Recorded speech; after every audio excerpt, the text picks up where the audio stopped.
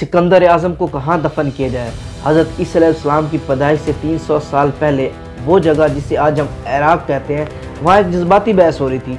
सिकंदर आज़म के सर के किनारे उसके 3 करीबी जर्नैल साथी खड़े थे। उनमें से एक ने कहा कि सिकंदर आज़म की ख्वाहिश थी कि उसको मिस्र में फ़राओनों के हराम में दफन किया जाए। दोस्तों, ये कहाँ पर दफन है? इस्कंदरिया, इराक में एक ऐसी जगह है जिसका आज तक किसी को नहीं पता।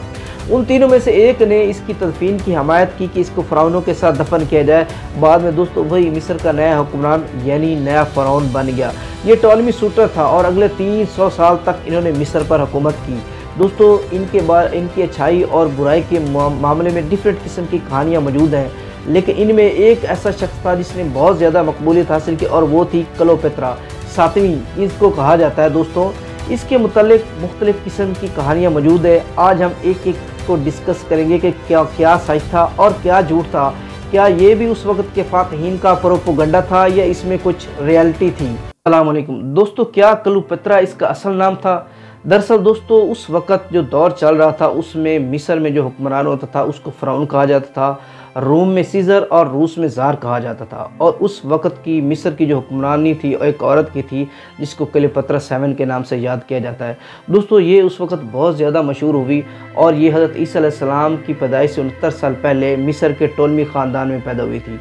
दूसरी बात यह आती है कि क्या क्लियोपेत्रा यूनानी थी या रोमी थी? तो इसके मुतालिक अगर देखा जाए तो इसके आबाओ अजदाद जो थे वो यूनान से मिस्र में आए थे और उन्होंने मिस्र में 300 साल तक हुकूमत की थी। इसलिए तारीख़ी तनाज़ुर में देखा जाए तो हम इसे मिस्री नहीं कह सकते, लेकिन हम उसको यूनानी जीन्स के साथ मिस्री कह सकते हैं। दोस्तों, ये पहली खातून थी क्लियोपेत्रा जिसने मिस्री ज़बान सीखी थी। क्या क्लियोपेत्रा अपने माँ बाप की नाजायज़ औलाद थी? अगर दोस्तों आज के दौर में देखा जाए तो ये बात बिल्कुल सच है, क्योंकि दोस्तों उस वक़्त के दौर में टोलमी ख़ानदान जो इनका ख़ानदान था उसमें नस्ब को बचाने के लिए अपनी बहन भाई एक दूसरे से शादी करते थे और क्लियोपेत्रा के जो माँ बाप थे वो आपस में सगे बहन भाई थे। दोस्तों, क्लियोपेत्रा ने भी अपने ही दो भाइयों से शादी की और उनमें से उसके बच्चे भी थे। दोस्तों, अगर देखा जाए क्लियोपेत्रा जो थी वो 18 साल की उम्र में मलका बनी, जबकि उसकी भाई की उम्र 13 साल थी। उसके वालिदैन की वफ़ात के बाद ये मलका बनी और इसकी खूबसूरती भी बाज़ जगह पर बहुत मशहूर है। दोस्तों, लेकिन इसके बारे में भी मुख्तलिफ राय हैं लोगों की। कुछ लोग कहते हैं कि ये इतनी खूबसूरत नहीं थी, जबकि कुछ कहते हैं ये बहुत ज़्यादा खूबसूरत थी। अगर सिक्कों पर इसकी एक मौजूदा तस्वीर देखी जाए तो आप देख सकते हैं कि इसकी उसमें नाक नोकीली लग रही है और ये मर्दाना खसूसियत के हैं। लेकिन बाज़ लोगों की राय है कि ये सिक्कों पर मर्दाना तस्वीर इसने जानबूझकर रखवाई थी और बाज़ की राय है कि ये बहुत पुरकशिश और बहुत हसीन थी, क्योंकि ये यूनान की रहने वाली थी और यूनान का खून जो था वो इसकी रगों में था और इसकी खूबसूरती बहुत ज़्यादा थी। दोस्तों, कहते हैं कि जब जूलियस सीज़र ने मिस्र में अपना दाखिल हुआ, रोम से मिस्र में दाखिल हुआ, तो उस वक़्त क्लियोपेत्रा अपने भाई से खाना जंगी में शामिल हुई थी, उससे लड़ रही थी अपनी जायदाद के लिए। दोस्तों, क्लियोपेत्रा जो थी वो जूलियस सीज़र से मिलना चाहती थी, लेकिन वो अपने भाई से डरती थी कि कहीं उसे पता चल गया तो वो मुझे मार डालेगा। तो उसने एक प्लान बनाया, एक चाल बनाई। उसने अपने आप को कलीन में लपेटा और नौकरों को बोला कि मुझे लपेट कर ले जाएं। दोस्तों, किसी की नज़र नहीं पड़ी और वो वहाँ पर उसके जूलियस सीज़र के दरबार में पहुँच जाती है। दोस्तों, जब कलीन खोलते हैं तो जूलियस सीज़र अपने सामने एक मलका को देखता है, मिस्र की मलका, तो वो हैरान रह जाता है। दोस्तों, क्लियोपेत्रा पहली बार सोने की कश्ती में जनरल एंटोनी को मिलने जाती हैं। इस कश्ती की धातें चांदी की बनी होती हैं और इसने खुद को एक देवी नुमा लिबास से लपेटा होता है और इसके गिर्द जो इसके नौकर होते हैं वो फरिश्तों की तरह इसको हवा दे रहे होते हैं। दोस्तों, जब ये जनरल एंटोनी को मिलती है तो जनरल एंटोनी इसको देखकर इसके इश्क में मुब्तला हो जाता है। दोस्तों, क्लियोपेत्रा खूबसूरत तो थी ही, इसके साथ साथ फितरत ने इसे और बहुत सी सलाहियतों से नवाजा था। वो रियाजी, फ़लसफ़ा और फ़ल्कियात में बहुत माहिर थी और इस इल्म से नवाजी हुई थी। दोस्तों, वो मिस्र की अजीम अल-शान लाइब्रेरियों में पढ़ी हुई थी और उसने 22 साल बेहतरीन हुकूमत की। और उसकी सबसे बड़ी बात, एक एग्जाम्पल ये है कि कहत जब पड़ा मिस्र में तो उसने टैक्स माफ़ कर दिया था, लोगों को अनाज फ्री में अदा किया था। इनकी जो हुकूमत थी, इतने लोग मुतासिर थे कि लोग इनकी हुकूमत को बहुत ताकतवर और मजबूत समझते थे और रोम के बड़े बड़े ग्रोह जो थे वो इनसे अपनी मदद लिया करते थे। क्या क्लोपत्रा अपने बहन भाइयों की कातिल थी या नहीं। दोस्तों मिस्र में एक बहुत बड़ी और बुरी रवायत ये थी कि अपने जायदाद और अपने नस्ब को बचाने के लिए दो बहन भाई आपस में शादी कर लेते थे। दोस्तों क्लोपत्रा ने भी अपने भाई से शादी की, लेकिन वो चाहती थी कि मैं अकेली सारी सल्तनत की हुक्मरान बनूं और वो अपने भाई को रास्ते से हटाना चाहती थी। इसके लिए उसने रोमन जो जूलियस सीजर थे उसकी मदद तलब की। दोस्तों उस वक़्त जो जूलियस सीजर थे उनके एक हरीफ था पोम्पे, वो वहाँ से शिकस्त खाकर मिस्र में आता है और जो मिस्र में जब वो आता है तो क्लोपत्रा का भाई उसे पनाह देता है, बाद में उसे कत्ल कर दिया जाता है। अब इसमें दो राय बन जाती हैं, कुछ लोग कहते हैं कि क्लोपत्रा के भाई ने इसको मारा है, जबकि कुछ कहते हैं कि उसके साथियों ने इसको मार दिया है। दोस्तों वक्त गुजर जाता है, जो क्लोपत्रा होती है वो अपने छोटे भाई से शादी करती है, उसको कत्ल कर देती है, फिर बाद में वो अपनी छोटी बहन को भी मार देती है कि सारी सल्तनत की मैं अकेली हुक्मरान बनूं। दोस्तों रोमन रिपब्लिक के जो उस वक़्त के आखिरी बादशाह होते हैं जूलियस सीजर, वो और क्लोपत्रा की दोस्ती बहुत मशहूर हो जाती है। वो आपस में मिलते हैं, शादी नहीं करते, बल्कि एक दूसरे से इतना मिलते जुलते हैं कि वो दुनिया में मशहूर हो जाते हैं। बल्कि रोमन के रईस जो होते हैं वो बहुत एतराज़ात उठाते हैं, वो कहते हैं कि जो सीजर है वो क्लोपत्रा के धड़ पर दुनिया में नाच रहा है। दोस्तों क्लोपत्रा और सीजर के ताल्लुकात से एक बेटा भी पैदा होता है जिसका नाम ये रखते हैं सीजवरीन के नाम से, वो दुनिया में मशहूर होता है, उस शोहरत हासिल करता है।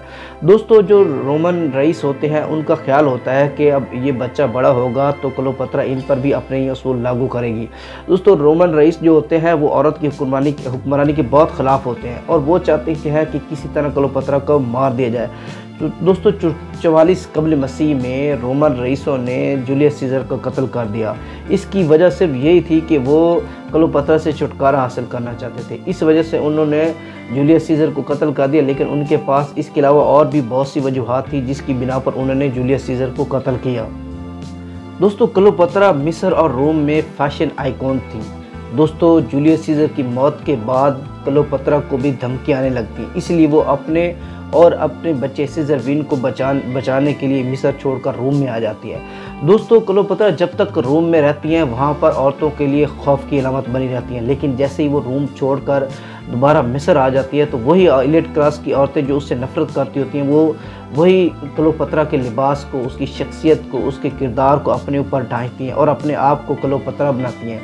बल्कि मिस्र छोड़ने के बाद क्लोपत्रा रोम में आ जाती है, उसके बावजूद वहाँ की औरतें जो होती हैं वही लिबास, वही सब कुछ ज़ैब तन करती हैं जो कि क्लोपत्रा करती होती है। दोस्तों सीजर की वफ़ात के बाद रोम में मुख्तलिफ़ किस्म के धड़े बन जाते हैं। एक उनका जो करीबी साथी होता है जनरल एंटोनी, वो एक धड़े को लीड कर होता है और वो रोम पर हमला करता है, लेकिन उसको भी क्लोपत्रा से प्यार हो जाता है।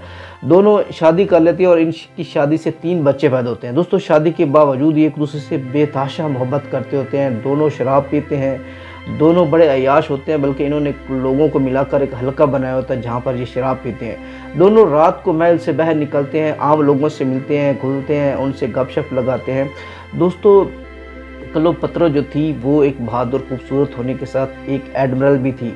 दोस्तों क्लोपत्रा और एंटोनी की शादी ने रोम में एंटोनी के मुखालफिन के लिए ख़तरे की घंटी बजा दी।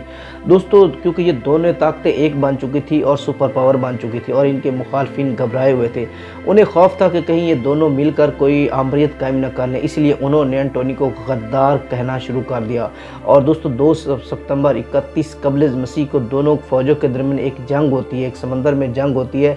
इधर से बहरी जहाज़ों में क्लोपत्रा भी कमांड कर रही होती है और वो भी लड़ती है एंटोनी के साथ मिलकर उनके दुश्मनों के साथ, लेकिन इसमें इन दोनों को बहुत बड़ी इबरतनाक शिकस्त होती है। दोस्तों इन्हें मिस्र के साहिली शहर सिकंदरिया वापस जाना होता है, लेकिन इनके पीछे आने वाली एक्टिवीन की फ़ौज इन्हें पकड़ने की कोशिश करती है, मुकाबला होता है। दोस्तों जनरल एंटोनी जब देखता है कि हम शिकस्त खा चुके हैं तो वो जुल्म से और बचने के लिए खुदकशी कर लेता है, अपनी हार तस्लीम कर लेता है और मर जाता है। दोस्तों क्या क्लोपत्रा ने भी जहर खा लिया था या खुद को सांप से डसवा लिया था, इसके बारे में मुख्तलिफ़ किस्म की अफवाहें फैली उस वक़्त के उसने खुद को सांप से डसवा लिया, लेकिन ऐसा नहीं था, बल्कि वो उसने मिस्र में पनाह ली थी और कुछ अर्सा तक वो बहुत परेशान रही और छुपी रही कि कहीं मैं ना मारी जाऊँ। दोस्तों बाद में जब उन्हें ये पता चला कि जनरल एंटोनी ने खुदकशी कर लिया तो वो बहुत जज्बाती हो गई और सदमे से 2-4 रही और खुदकुशी कर ली। लेकिन इसमें 2 मुख्तलिफ अफवाहें हैं, डिफरेंट लोगों की ओपिनियंस हैं। कुछ लोग ये भी कहते हैं कि उसने खुदकशी नहीं की थी, बल्कि रोमन जो उस वक़्त की फ़ौज थी उनसे पकड़ने और उनका जो जुल्म है उनका सलूक था, नारवा सलूक से तंग आकर उसने खुदकशी की थी, जहर खा ली थी, क्योंकि उस वक़्त क्लीयोपेत्रा जो थी अपनी कंघी में जहर रखती थी। ये एक उस वक़्त की बात है कि जब जंगें होती थी लोग अपने पास जहर रखते थे ताकि जुल्म से बचा जाए। तो उसने भी उस वक़्त ये जहर खाई थी, लेकिन क्या इसमें हकीकत है इसके बारे में कुछ कह नहीं सकते, क्योंकि ये सारी कहानी क्लीयोपेत्रा के मरने के कई सैकड़ों सौ साल बाद लिखी गई है। दोस्तों, क्लीयोपेत्रा मिस्र की एक ताकतवर खातून थी और मुख्तलिफ़ किस्म के लोग इससे मदद भी तलब करते थे, लेकिन जनरल एंटोनी के साथ शादी के बाद इनका इत्तेहाद किसी से बर्दाश्त नहीं हो रहा था, क्योंकि सब लोग जो थे टैग ऑफ द वार में शामिल थे और वो हुक्मरान बनना चाहते थे। तो उन्होंने इनका ख़ात्मा कर दिया। जब ये मर गए तो उन्होंने इसके मुखालफिन ने इसकी मुख्तलिफ़ किताबें लिखी, जिसमें उन्होंने ज़्यादातर क्लीयोपेत्रा को जन्सी ख्वाहिशात का लिखा कि ये मुख्तलिफ़ हुक्मरानों के साथ इसके जन्सी ताल्लुकात थे। किसी ने कुछ लिखा। बहरहाल इन कहानियों में डिफरेंट किस्म की कहानियाँ, ड्रामे, फिल्में लिखी गई, लेकिन जो सबसे ज़्यादा फेमस फिल्म मूवी थी वो क्लीयोपेत्रा 1963 में थी। और ये वो फिल्म थी जिस पर उस वक़्त का 45 मिलियन, जो आज का $300 मिलियन बनता है, खर्च आया था। और इसका जो किरदार अदा किया था एलिज़ाबेथ टेलर ने अदा किया था। दोस्तों, ये इतनी महंगी फ़िल्म थी कि आपको अगर आज के दौर में रिलीज़ होती तो $320 मिलियन उस एक फ़िल्म का बनता है, और इसने उस वक़्त तहलका मचा दिया था। बल्कि इस पर सादत हुसैन मिंटो ने भी एक ड्रामा लिखा था। दोस्तों, इस फिल्म में क्लीयोपेत्रा और मार्क एंटोनी की ज़िंदगी के आखिरी जो लम्हात थे उनकी रोमानवी ज़िंदगी की अक्कासी की गई, जो बहुत खूबसूरत करके दिखाई गई है। लेकिन हकीकत में जो क्लीयोपेत्रा थी 2100 साल पहले मिस्र की एक हुक्मरान थी, बादशाह थी, जिसके मुतल्लिक़ मुख्तलिफ़ किताबें लिखी गई हैं। दोस्तों, कोई भी कहानी जो होती है वो जितनी पुरानी होती है उस पर तज्ज़िया करना और तजर्बा करना उतना ही दिलचस्प और मज़ेदार होता है, उतना ही उसके हक़ाइक़ जो है वो देखने और पढ़ने को मिलते हैं और उसके बारे में मुख्तलिफ़ ओपिनियंस होती हैं। दोस्तों, इस तरह का वीडियो देखने के लिए हमारे चैनल को लाजमी फॉलो सब्सक्राइब करें। शुक्रिया। अल्लाह।